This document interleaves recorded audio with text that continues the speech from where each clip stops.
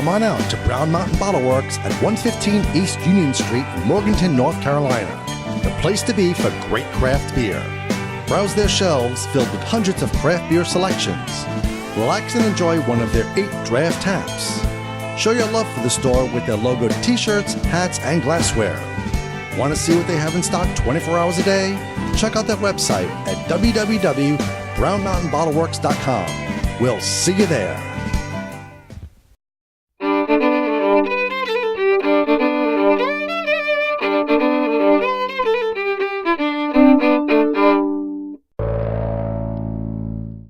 Hi, I'm Glenn, Dave's behind the camera. We're NC Beer Guys, and welcome to another episode of the NC Beer Buzz. We have found our way back to Huntersville/Cornelius. We're actually in Cornelius now, but we were just a half a second ago in Huntersville, so it's not far away. And we found our way back to the D9 Brewing. 2 years ago, we found our way. We heard about this guy who was in Cornelius, going to maybe do a brewery, going to call it District 9 or D9. We weren't sure what it was going to be called. And so we found our way to see Andrew then, and he was in a kind of a industrial place where you rolled up the doors, and we interviewed him in a spot that must have been, what was it, 500 or 600, 700 square feet? 1,200, yeah. 1,200. But we didn't see that much of it then.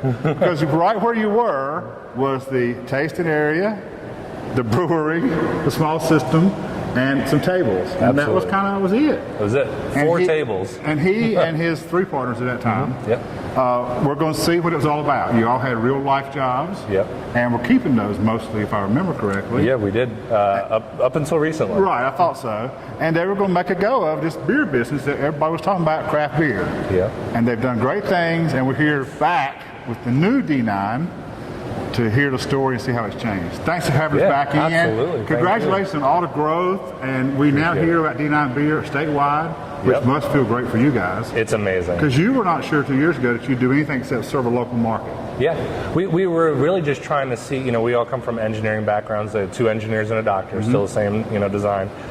We really weren't sure what we were trying to do. We just knew that we wanted to brew something different, something more interesting, really big and complex beer that we actually now brand it all as Fanatical Ales. We brew Fanatical Ales. Right. So we have a line of sours that we do, and we stumbled into that design. That was us just doing experiments over several years. We've created what I believe is a phenomenal lineup. We're distributed across the entire state of North Carolina and part of South Carolina already. Back when we had the small system, we did 1 barrel of beer every 2 weeks. Yeah, because you didn't even always have your own flagship stuff. Oh, yeah, we would run out all the time, just in our own tap room. Even from opening night at the old place, you had more demand than you had ever anticipated. Yeah. Because that opening night, I think you thought you'd have a few hundred, and you had, I don't know how many, but you were overwhelmed almost by the success. So the grand opening at the old place, we had 300 people show up, and we were blown away.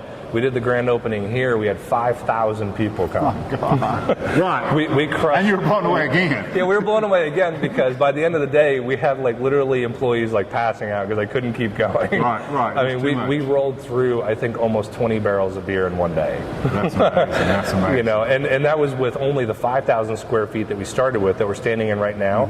We've now expanded to 10,000 square feet, now to 15,000 square feet, and we're looking at what the future might hold in terms of other buildings and things like that, larger systems.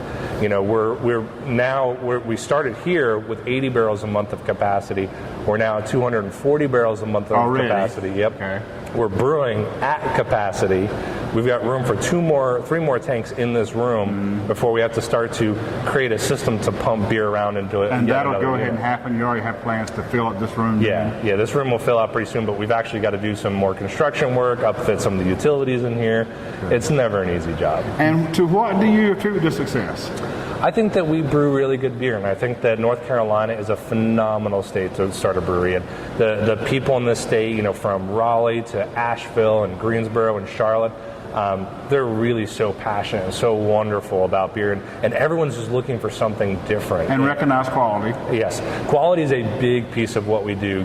Getting repeatability, quality, if you can't do it twice, don't even bother doing it. And as you told us off camera, you've dumped a load or 2. I mean, you know about pouring out some beer sometimes. We've dumped way more than 2. And that says something about your commitment to quality, because everybody and nobody really can afford to dump a whole brew. It's devastating to go through. When you have this one side of you that's a purist brewer that says this beer's got to be amazing, it's got to be perfect, it's got to be everything I dreamed it would be, and then you've got a business side of you. You know all the dollars and cents and labor that went into that brew. Yeah. And is it even if we're close? Can we make something of it? Right. Or can we do something eke it out? with it? Right. And that's where you get that's where you get yourself in trouble as a business. And first and foremost, we always keep the consumer in mind. Like, what are they going to think of us if we change this? What are they going to think of us? If we lose a beer? We started out with one of our international IPAs at the beginning of last year when we opened the brewery. It was Hakuna Matata. We lost the hop contracts and we canceled the beer. It was our #1 selling beer. But you could not produce that beer again. Could not to your produce it. standards. Yeah, we tried a couple of tricks to cover up a couple of things. Didn't meet our standards. We cut the whole beer. That beer did not begin production again until last month. Because you had it took the hops 4 again. months. Yep.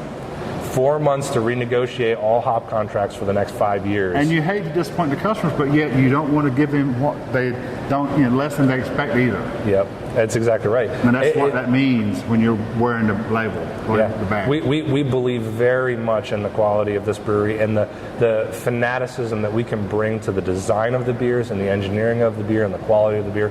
If people are not attracted to these things, then we don't want them to drink them. And you're just like everybody else at that point. Yeah, exactly. You're not going to have this just concept. why not just be any old brewery? You've got to push it as far as you possibly can.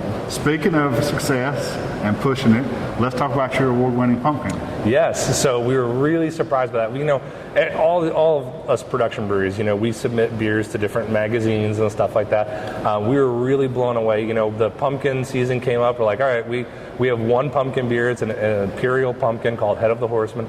Some breweries produce multiples of these. We produce just one. We submitted it saying, all right, say la vie, we'll see what comes of it. That's what we have to see. And I'm thinking to myself, we've got Weyerbacher out there, we've got Pumpkin, we've got some of the best, pumpkins that I've ever seen out there, like Pumpkin, and lo and behold, we get an email yesterday from Pace saying, hey, you won 6th place. 6th place. In the country. Right, for Pumpkin. In Pumpkin, out of 50 beers, 50 national beers, and most of these breweries submitted multiple beers. That's great. So we were really surprised. Some really amazing beers in there. And they even emailed us back and they said, you guys came completely out of left field. No one's even heard of you. And I'm like, we're still a small brewery. I don't know where Pace Magazine is, but they're nowhere around here. Yeah, so nowhere near They here. never heard of D9. Yeah. So they thought, who's this guy's even daring to put their beer up against some of those names? Yeah. Well, that's great. Congratulations. We're very happy about that. Thank you. And congratulations on all your success. Thank you very much. Thanks for having us back in. Absolutely. Until next time, remember when you're in Huntersville, or Cornelius, or Charlotte, or somewhere else, find your way to D9. Try out some of the great beer that Andrew and his team are producing. Until next time, this is David and Glenn for the NC Beer Guys reminding you to drink local and keep your beer dollars in North Carolina.